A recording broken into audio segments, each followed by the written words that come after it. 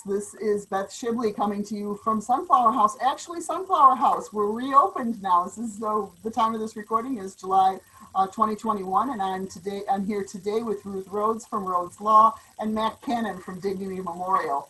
And we're here to do the third session of Caregiving 101 for folks that are new to caregiving.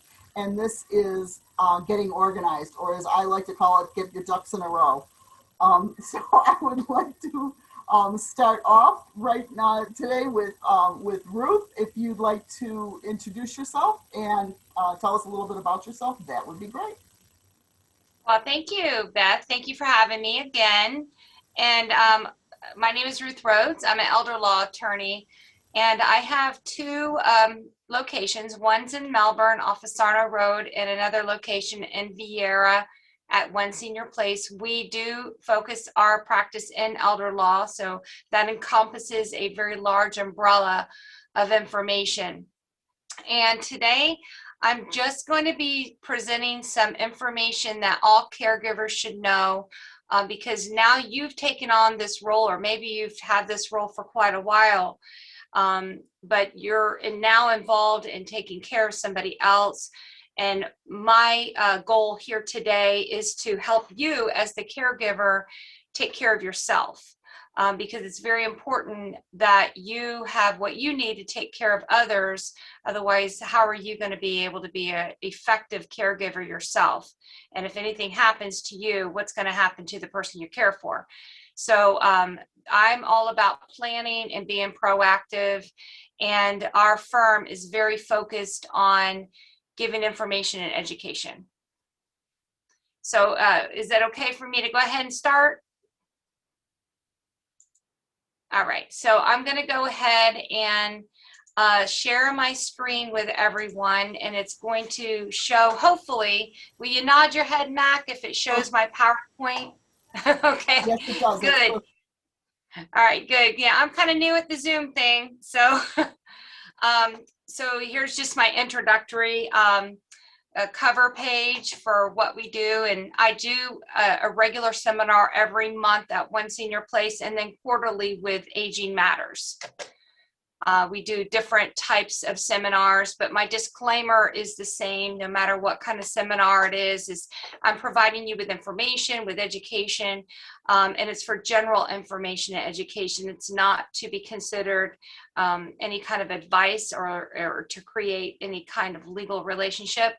But I am available to have one-on-one consultations if you happen to need one. Otherwise, the information you receive today is just for general information. And then the covering today is going to be important legal tips that caregivers should know, and it's failing to plan is the same as planning to fail, and we want to avoid that at all costs. So today's objectives are going to be to learn about what you should have as a caregiver, legal tips for you. Number one, we want to get a legal checkup. We're going to cover what that is. Know your plan. So you have to create a plan, and then you need to know how to use it. Get educated on the different options, which is really important to me, is providing education, and then avoiding the estate planning pitfalls.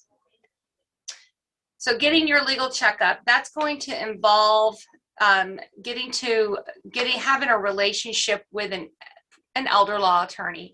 And I know you probably are young. A lot of you are very young, maybe don't consider yourself elderly, but the name elder law attorney is a little like a misnomer, really, because we help anyone who's vulnerable, or anyone over the age of 18 all the way through and past when someone may pass away. And we also, believe it or not, also help children when they need to go under guardianship. So even though it's under the name elder law attorney, we do more than just help the elderly. It's important that you do have an experienced elder law attorney. Anyone over the age of 18 can use certain legal documents. You may not need a full-blown set of legal documents. Maybe some simple things would be sufficient for you. And maybe as we get older and we accumulate more assets and property, or our life becomes much more complicated because we have children and parents and other people in our lives that rely on us, then maybe additional things may be needed. But it's what's important about having an elder law attorney help you, and not just a regular attorney or paralegal service or downloading forms from a internet, is that most elder law attorneys, at least in my experience, are pretty well connected with the community, and we can help send you in the right direction in case you need other things. We usually know a lot of people that provide lots of different services, like people like Mac, who's going to be talking later today. Everyone should get a legal checkup just to make sure you have the basis covered. So for example, if you're only 18 years old, you're going off to college, you likely only need a durable power of attorney and a healthcare surrogate, and we'll get into what all those are. But just about any person over the age of 18 could use some sort of legal documents. And it's really important to make sure you're taking care of yourself as the caregiver. I can't express that strong enough because so many people rely on you, especially the person you're caring for. So we're going to know your plan. And so, like I said, it can be very simple. It can be very complex. It just depends on your particular needs in your life and what your life is requiring. But you're going to have to get a plan together. Everyone should have one. Be organized. And then there's some decisions that need to be made. If something were to happen to you, who would you want in charge of you? There's some decisions. You have to think about these things. Who would you want as a successor to those people? How will you divide up your assets if you were to pass away? What if someone important in your plan passes away? What if you have a major life event, a divorce, a death, a new baby's born in the family? You know, so we think about things like that. And how do I protect my assets in the event I become ill? We've all heard the nightmares about the nursing home or Medicaid taking somebody's house. But there's ways to avoid those things, but you just have to plan. And that's how an elder law attorney can assist. You want to get educated. You want to know what your choices are. And so let's talk about first, what is estate planning? So regardless of how wealthy you are, everyone needs some sort of estate planning. And that could be as simple as just a durable power of attorney, healthcare surrogate, or all the way through and including trusts and wills and other types of things. But the idea is just to get prepared, have the conversation. A lot of elder law attorneys, I know in my office, we provide free consultation, so it doesn't hurt to have the conversation. I'm going to skip that one because I pretty much already talked about all of that. And we already spoke about that too. But estate planning can be very important for protecting your children's inheritance. So for example, if you had children, a lot of us have been in marriages or relationships where we've had children, and now we're getting married again and entering into a new relationship, maybe having additional children, maybe not having more children, but just getting remarried. So in events like that, if you don't plan carefully, you could disinherit your children. We want to make sure there's special protections in place for any disabled loved ones. If you happen to have a minor child in your life, we want to make sure they're adequately protected. You may want to think about avoiding the time and cost of probate. Clearly, we want to try and avoid guardianship when we can, because that can be very invasive into your privacy. And we want to make sure we have control over who's going to be in charge of us in the event that we lose capacity. So estate planning is important for all of those things, but also it is good for providing directions for family and physicians on your final wishes in the event that you can't communicate yourself. And it also can be very good for avoiding family fights that could really pull asunder a family, and they may never heal again after that. Just having something in writing could be enough to keep the peace. So we'll just talk very briefly about different documents that are available when you talk about estate planning, trusts, wills. These can be very complicated, or they can be done in a very simple manner. Durable power of attorney, healthcare surrogate, living will, and declaration of pre-need guardian. So very briefly, what is a trust? It's a legal instrument that is created to hold property, and the property that is being held by the trust is managed for the benefit of a person. The person who is the manager of the trust is usually going to be called the trustee, and the person who benefits from the trust is the beneficiary.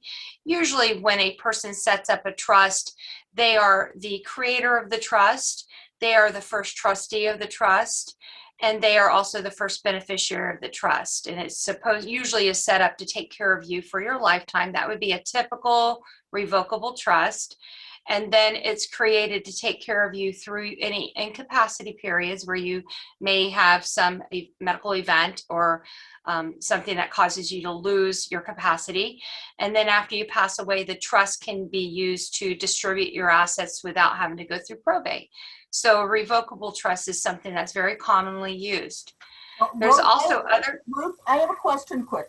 When you talk about revocable trusts, my mom has me on the trust with her, correct? So that if she becomes incapacitated, I can act as another manager for her with the trust, right? Was that how that works? Well, if you are the trustee, if Yes, she's named you as a successor trustee, then yes, you would then step into her shoes if she loses capacity, or if she simply says, you know, I'm too tired and old to deal with this, you deal with it, then you can take over as her trustee. Right. So you can have multiple people on the trust that can be successive. So I just wanted to double check. That's what I thought it worked. Yeah, that's how it would work.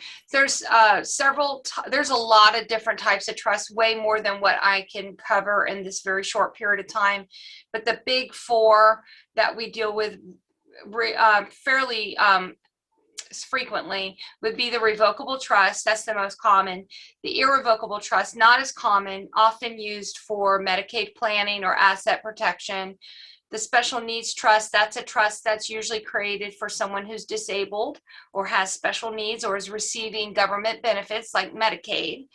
And then the qualified income trust, that is a trust that is specifically used with Medicaid. So if you're over income and because as you know, Medicaid has low income threshold. If you're over income, even by 1 penny a month, that can disqualify you. So we can use a qualified income trust to help you be qualified income-wise for Medicaid. And then other types of documents that we will talk about would be the last will and testament. Most people are pretty familiar with what that is. That's a document that distributes your assets after you pass away. But it can also be used to provide for your burial wishes. You can set up a trust inside the will, a testamentary trust, to take care of your beneficiaries. You can also designate a guardian for any of your minor children if you happen to have any. You also nominate who's going to be in charge of your estate. And there's two types of wills that we'll deal with frequently. One is a standalone regular will that most of us are familiar with. And the other is a pour-over will, which is a special will that works with your revocable trust. And it's a pour-over, just like you would take a cup and you would pour over liquid. That's what a pour-over will does. It just pours over any assets that are in the estate into the trust and then lets the trust do the distribution. Durable power of attorney. This is one of the biggest, most important documents that a person can have, and this is one of the workhorses that we use to avoid guardianship. So a durable power of attorney is a document that allows you to appoint a person or an organization to manage your personal and financial affairs if you need assistance or become incapacitated.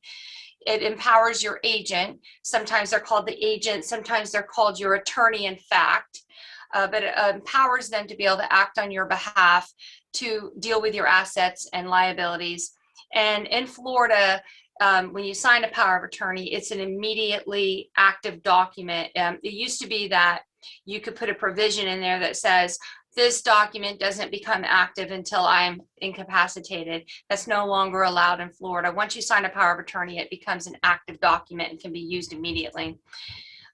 So there's a little precautions that need to go with that as well, which is, do you want to give your agent a copy of that attorney, durable power of attorney right away, or do you want to hold off and just let them know you have one, and if they need it, here's how they can get it.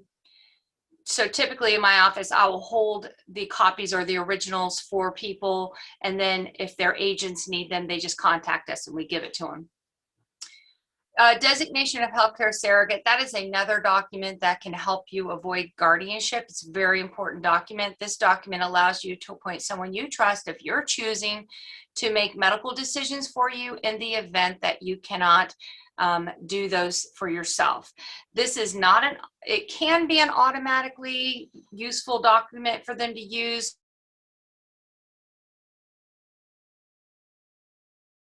Of healthcare surrogate, and you say to your doctor, no, I don't want that medication, your wife or your husband can't override you. Okay, so good news for that. You use this document to appoint someone to help you with healthcare decisions in the event that you are unable to. And it usually also will include some kind of HIPAA authorization so that your agent, your surrogate, can have access to your private medical information and talk to your doctor. So that's very important.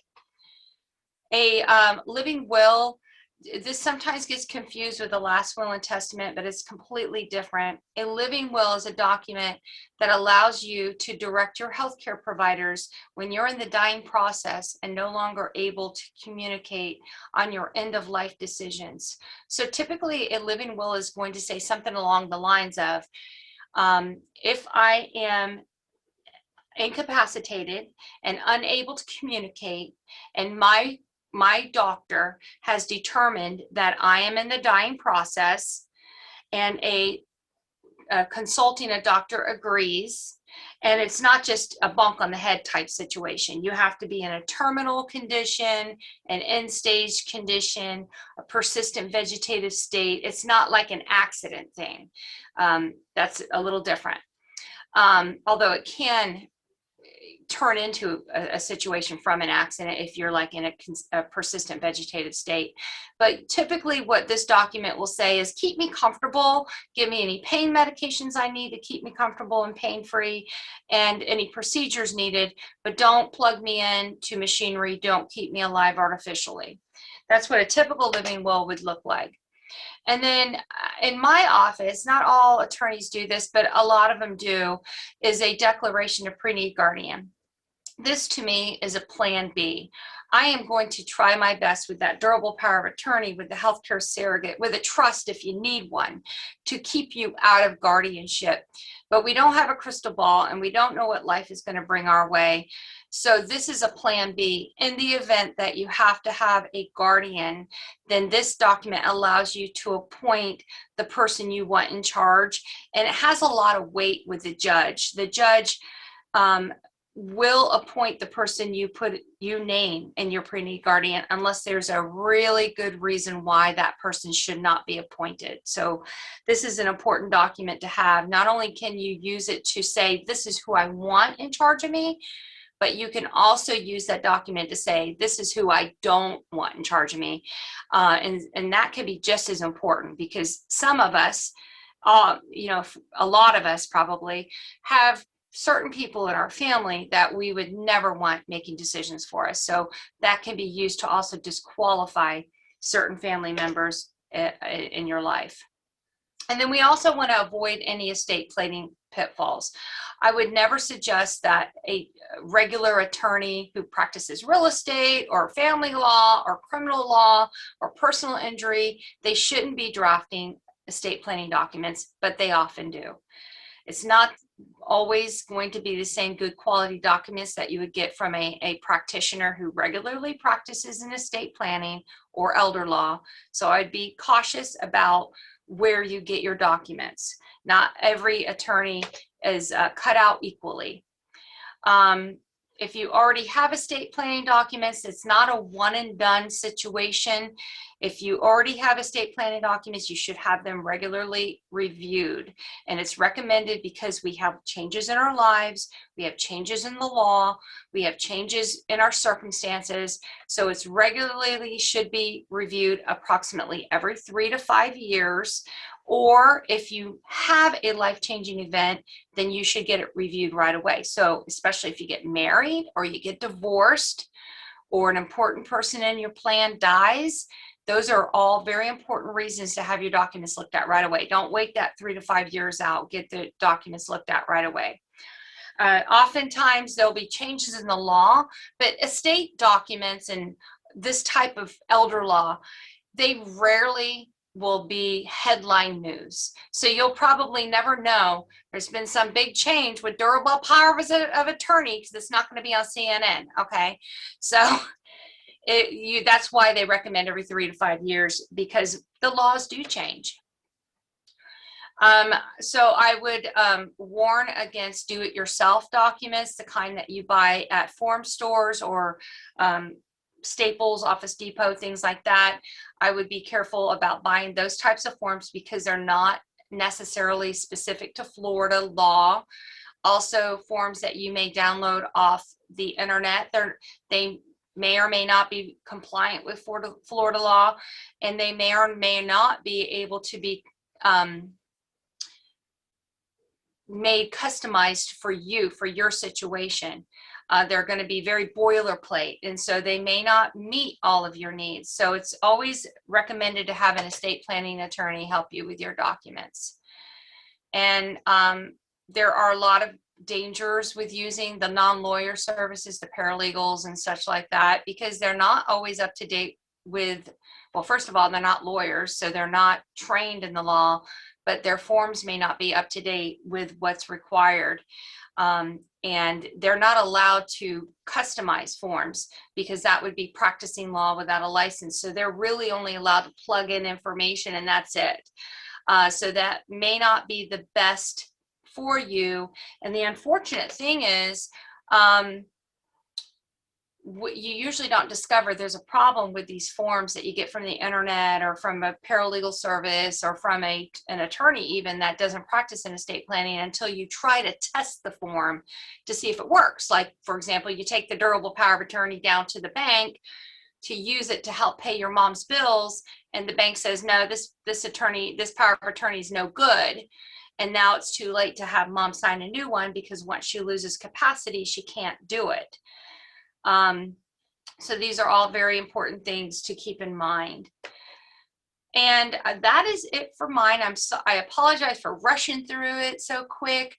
And I know there's probably a lot of questions, and I am available to provide one-on-one consultations. If you desire to have one, just call my office. My office is Rhodes Law, and my telephone number is 321-610-4542. That's 321-610-4542. And I do have a website with a lot of information on it.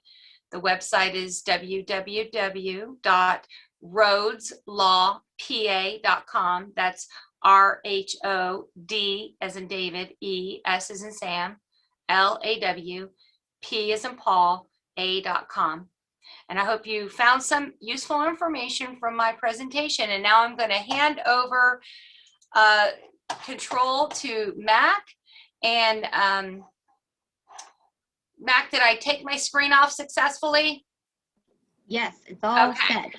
All right. And I'm going to try to make you the host. Okay. And there you go. Excellent.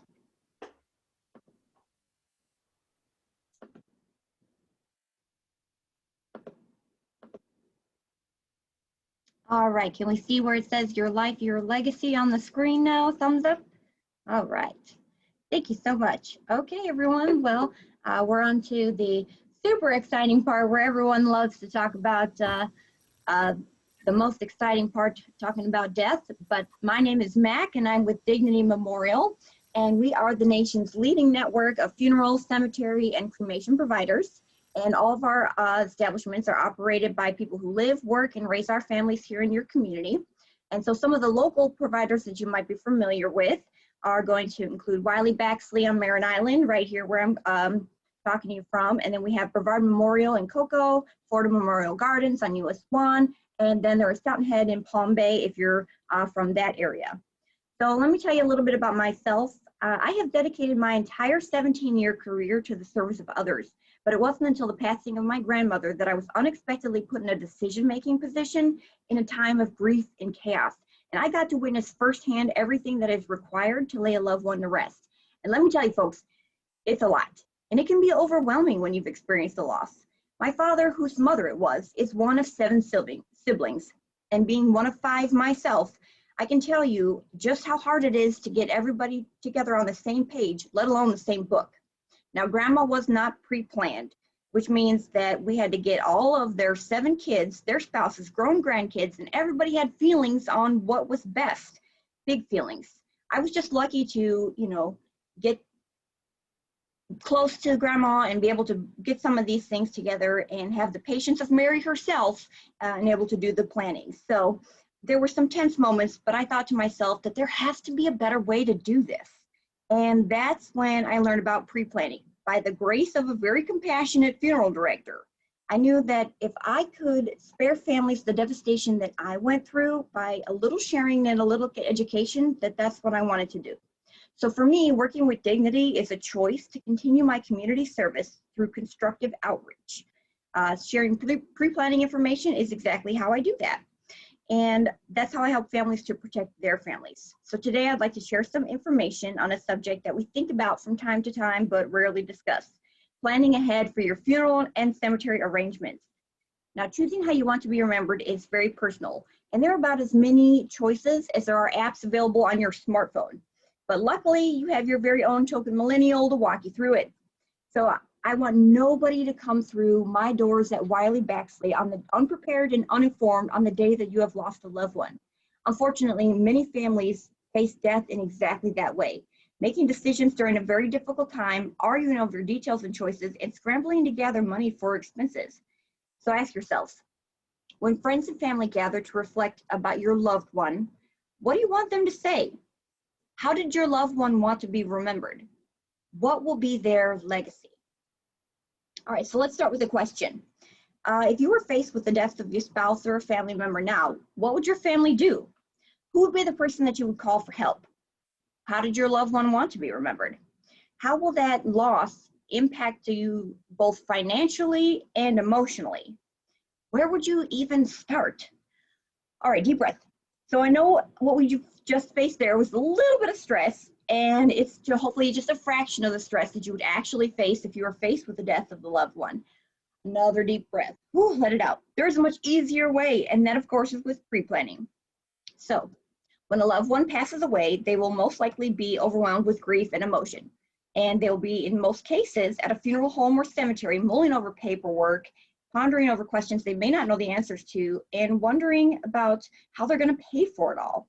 Having some of the questions answered ahead of time could alleviate so much stress for the family. Did you know that there are more than 150 questions that will need to be answered in a 48-hour period when a loved one passes away? Think of the weight that you could lift off your loved one's shoulders. Most of us put a lot of effort into pre-planning things in life, such as wedding, college educations for our kids, or retirement. Beyond that, most of us put money into auto insurance, health insurance, home insurance for everything nowadays. We put money into all of that, but never really even discuss our cemetery and funeral planning. Why is that? I think it's because death makes us uncomfortable. Death, who? Me? Not gonna happen, no. But we plan for the things that might happen, but doesn't it make sense to plan for the inevitable? Many of the families that we speak with on a regular basis make arrangements in advance, and they give great reasons for doing so. So planning together avoids painful guesswork when a death occurs suddenly and your mind is clouded with confusion and grief. It helps you to avoid when it's an unknown emotional overspending. So when someone's passed away who's not pre-planned, there's this drive to get them the fanciest of everything to show how much we love them, right? You want to get them the nice coffin or the nice service at the church, the big everything. But what if that person was a minimalist and maybe all they wanted was a simple church service? What if it was grandma's wishes to be buried in a Jewish cemetery, but she never let anyone know that, and now her kids are placing her in an interfaith garden? So that's another thing to consider. Another one to consider is purchasing your funeral today. Prices also protect your family from inflation in the future. Prices of things only go one direction over time, and that is up. If we had a graph and a line on one line of the prices of funerals and the other line of prices, it would just go up. That's the point here. If I'm not good at graphs, obviously, I'm drawing you a line and it's going one direction, and that's how it's going. You can't really see because of my background. But anyway, so let's ask you this. Does anybody know what the cost of Social Security death benefit is? It's $255. Does anyone know why it's $255? It's because that was the cost of a funeral in 1935. That's when the Burial Benefit Act was enacted. And that was the cost of the average traditional burial. So in Florida, the average burial in 2021 is over $12,000, substantially more than the $255 benefit that you'll get with Social Security. And statistically, they say that that dollar amount doubles every 7 to 10 years. So that's why it makes sense to lock in today's prices. Another good reason to pre-plan is that people pre-arrange to give themselves and their loved ones peace of mind. You can be sure that your wishes are carried out. So you can be placed in that Jewish garden if you want to, if that's your preference. You can have that simple service if you're the minimalist, and you can choose your favorite pastor if you'd like. Maybe you just want to make sure that the kids don't have to make sure those tough decisions. That's valid too. No matter how well that they think they know you, are they responsible for those decisions? They'll always be left wondering, did I do the right thing? And did I do what they really wanted? Pre-planning gives them peace of mind too. So then we've got just 4 simple steps to do it, and that's reflect, record, secure, and share. Easy enough, right? So that first one, which is reflect, is to spend a little bit of time reflecting on what's important to you or the person that you're planning for. How would they want to be remembered? When friends and family share memories of them, what are some of the things that they'll say? What are the highlights regaled year after year at the Thanksgiving dinner table? What are your family's traditions and customs? How might that influence the type of service that you'd like to have? Will there be hymns sung or bagpipes played? A whole rock band or maybe a classical organ?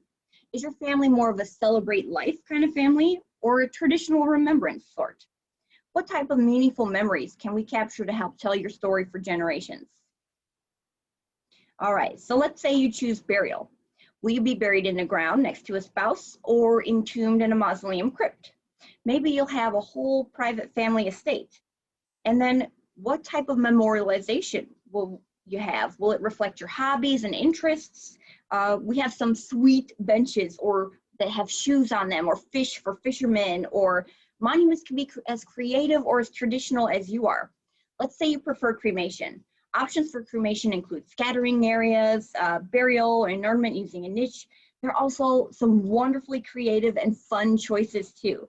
You can have your remains turned into a tree, you can be shot into space or sunk into the ocean as part of a coral reef that revitalizes the native fish species. Pretty cool stuff that you can do. So the memorial itself is going to take place in a matter of days, but the final resting place is going to be something that is a remembrance of the life that you lived. It also provides a place for family and friends to return to, and they can remember and reflect. All right, so the next step, to record. After you've made some decisions about your service, the next step is to record that information. To help the families that we serve, we offer what we call our personal planning guide, and that's going to help you record your wishes and make them known to your loved ones. So I have a book, and it's got 95% of the information that you need to plan your funeral or memorial service. And so it's got a place for vital statistics, which is everything you need for the death certificate, down to the nitty-gritty and service details that you select. So you can be as specific as you want as to I want these specific flowers, or you can leave some details up to your family and for choices that they can choose as well. But the more details and the more thorough you are, the less decisions other people have to make. So it's a pretty handy little guide. So let me tell you a really cool story about one family's use of this pre-planning guide. So Grandma really liked frogs. Yes, frogs. She really loved them, and she had a whole collection of frog figurines. And so she decided that for when her grandkids came in and were organizing the funeral, because she had pre-planned it all, She said she wanted the frogs in there and she wanted to have it lilac and lily pad. So she picked out a lilac casket, and then she had lily pads all in the casket spray with cattails and her little frog figurines. It was beautiful. And so the whole family got to come in when they came in to see this, and they said, this is how grandma would have wanted it. This is amazing. So what a great gift for her family to be able to have this special memory and moment. So pre-planning your final arrangements really is a genuine gift for your family. So if there are any veterans, we also have a veterans planning guide that will help you to access your benefits that you're entitled to. There's lots of forms to fill out because the government likes their forms, and we'll help you get those filled out and sent to the right people and get you all the benefits that you're entitled to. And we'll also help you with the things that they don't cover, because everything is not covered. And that's the key thing that we want to make sure our veterans know about, that there are some things missing from your benefit plan. And we'll help you with that, help you get that taken care of so that your whole package is completed at the time of need and everything is fully taken care of. All right, the next step is to secure. And by that, we just want to make sure that we'll provide you different options for covering the financial aspects of your arrangements. Like all costs, funeral and cemetery costs continue to increase over time. So coming up with cash quickly when a loved one dies can place a burden on loved ones and add to the stress of loss. So by securing plans today, you can lock in today's prices, potentially saving your loved ones thousands of dollars. And it doesn't mean that you have to spend a lot of money or any money at all. So you can fund your funeral through specialized funeral insurance. You can do it through payment plans, and you can receive your coverage for the full amount of plan, even if a death takes place while you're still paying. There are many options to consider with the help of a licensed and trained advisor. So in the process, some consider their existing life insurance, but keep in mind the initial purpose of life insurance was likely to cover the cost of expenses left behind, as well as provide for things like the cost of living. Life insurance proceeds also take time to collect, so keep that in mind when you're considering that most funeral and cemetery providers require their costs up front. All right, we're on the last step here. So this one is my favorite, and it's also the most important, and it is to share. And this is talking to your loved ones. Although talking to your loved ones about your funeral and cemetery planning can be difficult, it is important to let them know about the plans that you've made. So you're going to want to keep copies of your pre-arrangement documents in a safe but readily accessible place to make sure that others who may have assisted you in the planning know where those documents are at. So whether those are religious consultants, healthcare advisors, family members, friends, they need to know where to find those documents, especially your designated person or your executive person. They can find those documents. You'll want to know that you want to consider making like a go file where all of your important papers are that you've done with Ruth, all of your important papers that you've done with me, and so then they can have everything that they need for a smooth transition after you pass. Because once you go, they'll be a little frazzled and need to get all those things in order quickly. So one thing I want to let you know, I have never had a family get upset that their loved one was pre-planned. The response is never, I can't believe Nana already made all those difficult decisions for me and paid for everything ahead of time. No, families are usually pretty filled with gratitude and relief. They are now unburdened of those 150 questions and financial responsibilities. They can now begin the appropriate grieving process and focus on commemorating their loved one and on healing. So for you as a caregiver, this is going to make your job easier. That's what you want, because your job is hard. It is a hard job. And as part of your job, this is something that's going to make that time in your life that's going to be very difficult a little bit more smooth. I'm not going to say easier because it's still going to be hard, but this will make the time more smooth. So there are lots of advantages to pre-planning. So just to summarize, it's going to alleviate some of the stress that comes along with the grieving, like what would happen with my grandmother, how that was kind of chaos and made that time even more difficult than it needed to be. It's going to ease the financial burden because when you pre-plan, you can make payments, and at the time of need, everything is due in full. It's going to provide you with peace of mind that all of your wishes will be carried out and that you are relieving your family of the burden. And it lets friends and family celebrate the life that was lived, like the frog lady whose family was really happy to see all those frogs. And just it's a great option for caregivers to plan for those who they are caring for, so that can just be more smooth, and it's just a really nice gift to your loved one and also to yourself to make that time easier for you. Okay, so we're gonna just go ahead and get this wrapped up pretty quick here. So for me, there is no greater responsibility than helping families honor and celebrate a loved one's life. I am proud to support the community where I live, work, and raise my family. Community outreach programs help thousands of families, veterans, and public servants each year. I'm here to help you secure peace of mind that comes from knowing that you did the right thing for your family. So to help you take the first step, I've got a digital copy available for each of you, 10 things that everyone should know about pre-planning a funeral or memorial, or we can stop in and I'll have some paper copies at the Sunflower House. So take a look over that at your leisure. And I hope that you've come up with some great questions. I want to give everybody my phone number, which is 321-236-2101. So please feel free to call me with any questions that you come up, all the questions that you're dying to know the answers to. I know I'm corny. I had to do it. I had to do it. Okay, so, and I'll get out those pre-planning guides to you and those veterans guides so we can go over those. And yeah, thank you for your time today. My name is Mac. I'm with Dignity Memorial, and I'm here to make sure that your life is well celebrated. Thank you so much.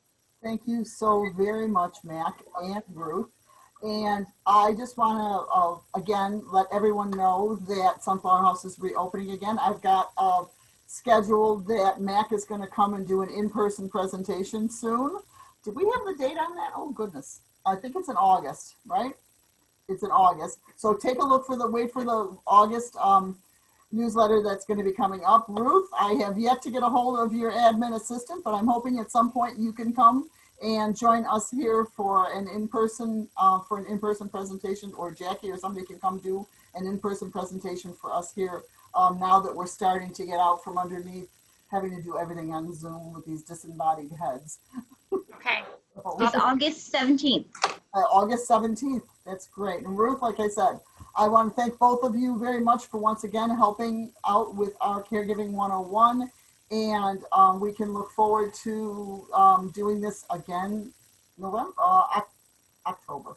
I think we do it again in October. And I'm hoping you both can help me again. And I appreciate it. And y'all have a wonderful day. Thank you so much. Thank you so much. Have a great day. Bye-bye. Bye, Mac. Bye.